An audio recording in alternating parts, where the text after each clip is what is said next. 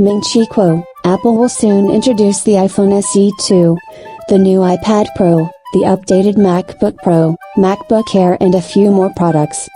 Well-known Chinese analyst Ming-Chi Kuo, published a new report in which he told which devices Apple should introduce in the first half of this year. What to expect? The first new product will be the successor to the iPhone SE.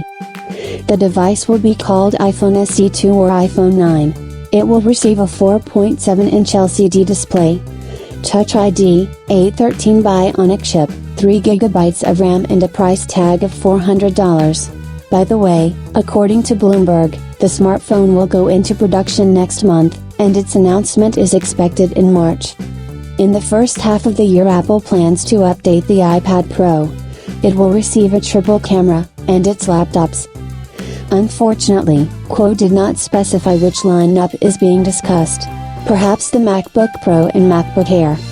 Also, according to the analyst, in the near future Apple should expect a rug with wireless charging, high-end headphones, will Beats release them?